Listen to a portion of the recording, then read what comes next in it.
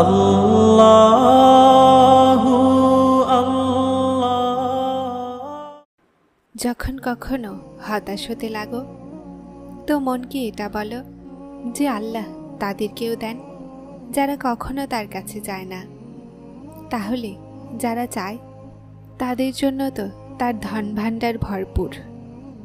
আর তারপর যে কঠিন পরিস্থিতিতে পড়েও তার রহমতে বিশ্বাস রাখে তাদেরকে তিনি এমনভাবে দেন যে তারা শুধুমাত্র শুকরিয়া সিজদা করে। জীবন সত্যি কখনো কখনো কঠিন হয়ে যায়, খুব কঠিন হয়ে যায়। খুব চেষ্টার পরেও মন সবর করতে রাজি হয় না।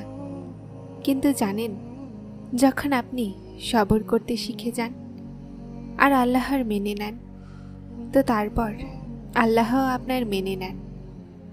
উনি তো শুধুমাত্র আপনার বিশ্বাসই চান, না হলে পরীক্ষার পরে তো আপনার জন্য সে সব কিছু আছে যেখানে আপনার এই অন্তরের শান্তি লুকিয়ে আছে। নিজের আল্লাহর ওপরে বিশ্বাস রাখুন।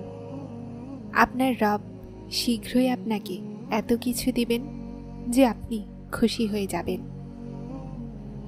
আল্লাহ তো উদ্দেশ্যহীনভাবে আপনার মুষ্টিবদ্ধ হাতগুলোকে তুলে দোয়া চাওয়া শেখান না। আল্লাহ আপনার মর্জি ছাড়া কোনো কিছুই আপনার অংশ বানান না। কিছু তো বদলাতে চান আল্লাহ, যে তিনি চাওয়া বদলাচ্ছেন না। কিছু তো সম্ভব হতে চলেছে, যেই মন বারবার অসম্ভবকে চাচ্ছে। সুযোগ আছে এখনো মজিজার, এজন্যই তো দোয়া মুখে আনা হয়েছে। তাওয়াক্কুল রাখুন, তাওয়াক্কুল রাখুন। আল্লাহ চান, এজন্যই সেটা আপনারও চাওয়া বানিয়ে দিয়েছেন। আল্লাহ যখন দিতে চান তো চাহনেওয়ালার যোগ্যতা দেখেন না, নিজের যোগ্যতার মোতাবেক দিয়ে দেন। সেই খোদা যিনি কোরআনে কারিমে বলেন, দুঃখ করো না, আমি তোমার সাথে আছি, সব দেখছেন, আমাদেরকে সান্ত্বনা দিচ্ছেন, আমাদেরকে আশা জাগান। আর আমরা অকৃতজ্ঞতায় কত কি না বলে দিই। দোয়া করুন, চেষ্টা করুন, আর নিশ্চিন্ত হয়ে যান। সেই যেই দুই জাহানের মালিক আছে না, যদি চাওয়া জিনিস নাও দেন তো তার চেয়ে 10 গুণ ভালো জিনিস অবশ্যই দেন। আমরা শান্তির জন্য দুনিয়ার রঙে যতই রঙিন হয়ে যায় না কেন, কিন্তু আমরা শান্তি পাব না। কেননা আল্লাহ কারিম দুনিয়াকে সমস্ত রং দিয়ে শান্তিকে নিজের কাছে রেখে দিয়েছেন। যেন আমরা দুনিয়াতে ভুলে যাই, তখনও আমরা শান্তির জন্য তার দিকে দৌড়ে যাই। কেননা আল্লাহ কোরআনে পাকে বলেন, নিশ্চয় আল্লাহর জিকিরে অন্তরসমূহ প্রশান্তি পায়। সবর করো সেখানেও যেখানে সবর করা কঠিন মনে হয়, আর তাওয়াক্কুল রাখো আল্লাহর ওপরে। তারপর দেখো আল্লাহ কিভাবে তোমার জন্য বন্ধ দরজা খুলে দেন, কিভাবে অসম্ভবকে সম্ভব বানায়। নিশ্চয় আল্লাহ সবরকারীদের সাথে আছেন।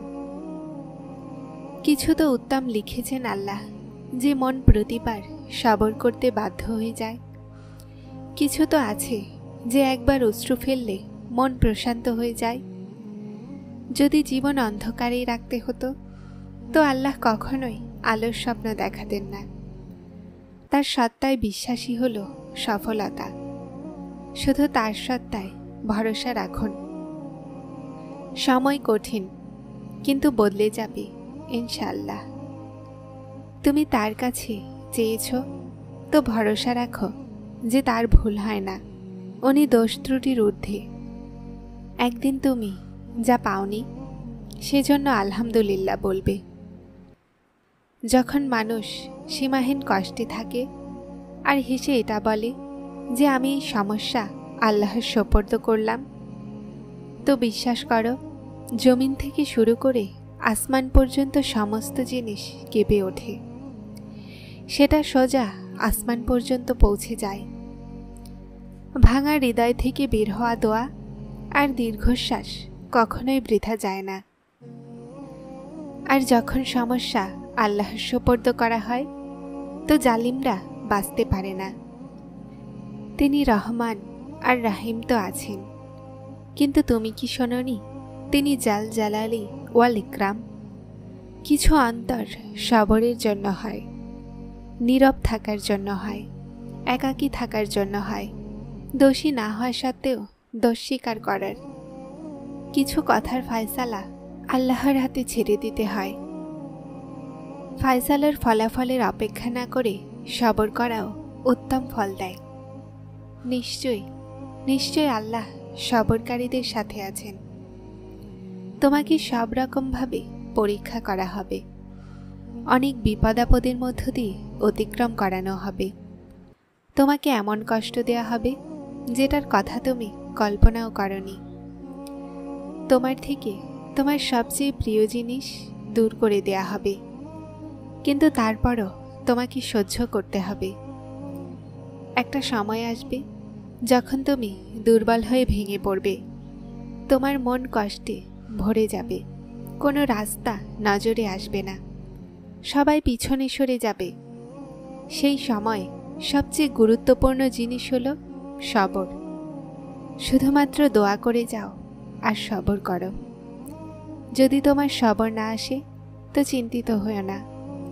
এই দুঃখের উদ্দেশ্যই হলো তোমার নিজের মধ্যে সবরকে জাগানো।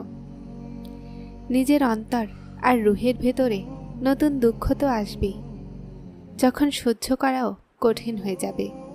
বিশ্বাস করুন, তখনই আপনার সবরের ফল আপনাকে দেয়া হবে। যদি আল্লাহ তাআলা তোমাকে সব কিছু দিয়ে দিতেন তো তুমি সিজদা করার শান্তি কিভাবে পেতে? তোমার দোয়া করার তীব্রতায় আল্লাহ তাআলা রাজি হয়ে যান। যখন তোমার চাওয়ার পেয়ালা ভর্তি থাকবে, আল্লাহকে মানানোর জন্য অশ্রু কোথায় থেকে আনবে?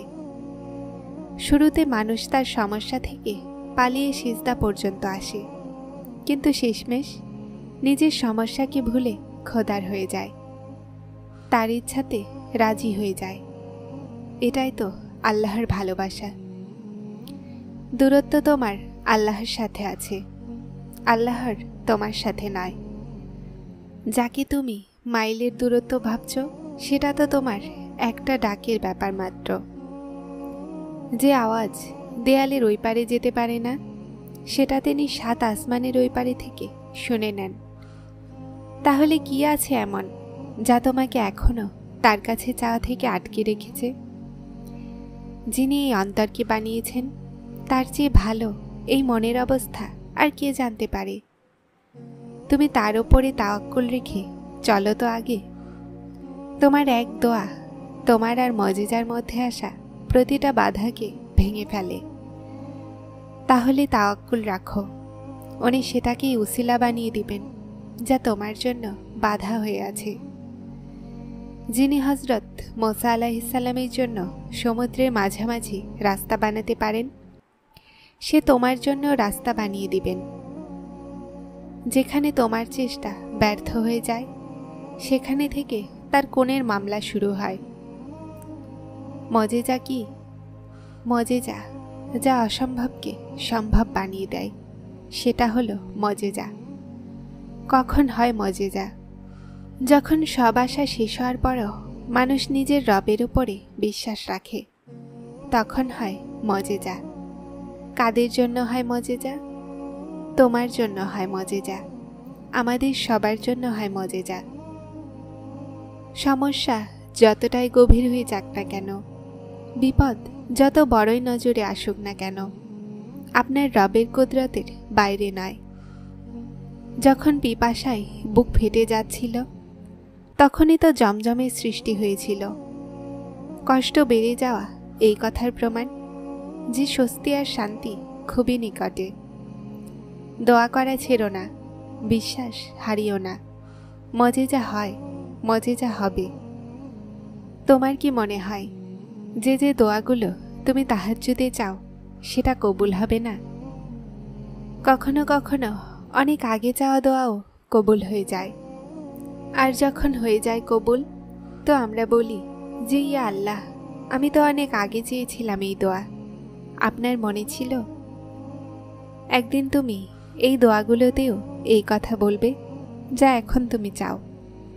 কোন বলা মুশকিল কাজ তো নয় আল্লাহর কাছে। যখন তিনি কোন বলেন তো সেটা হয়ে যায়।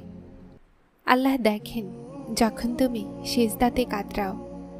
আল্লাহ দেখেন যখন তুমি দোয়ার জন্য হাত তুলে নিশ্চুপ হয়ে যাও। আল্লাহ জানেন যখন তুমি সবর করতেও ক্লান্ত হয়ে যাও। আল্লাহ প্রতিটা সেই মুহূর্তের খবর জানেন যখন তুমি নিরুপায় হয়ে নিশ্চুপ হয়ে যাও। বিশ্বাস রাখো, সবর রাখো। বিশ্বাসীদেরকে আল্লাহ কখনোই হতাশ করেন না। যারা চ্যানেলটিতে নতুন এসেছেন তারা সাবস্ক্রাইব করে হেদায়েতের সাথে থাকুন। আসসালামু আলাইকুম।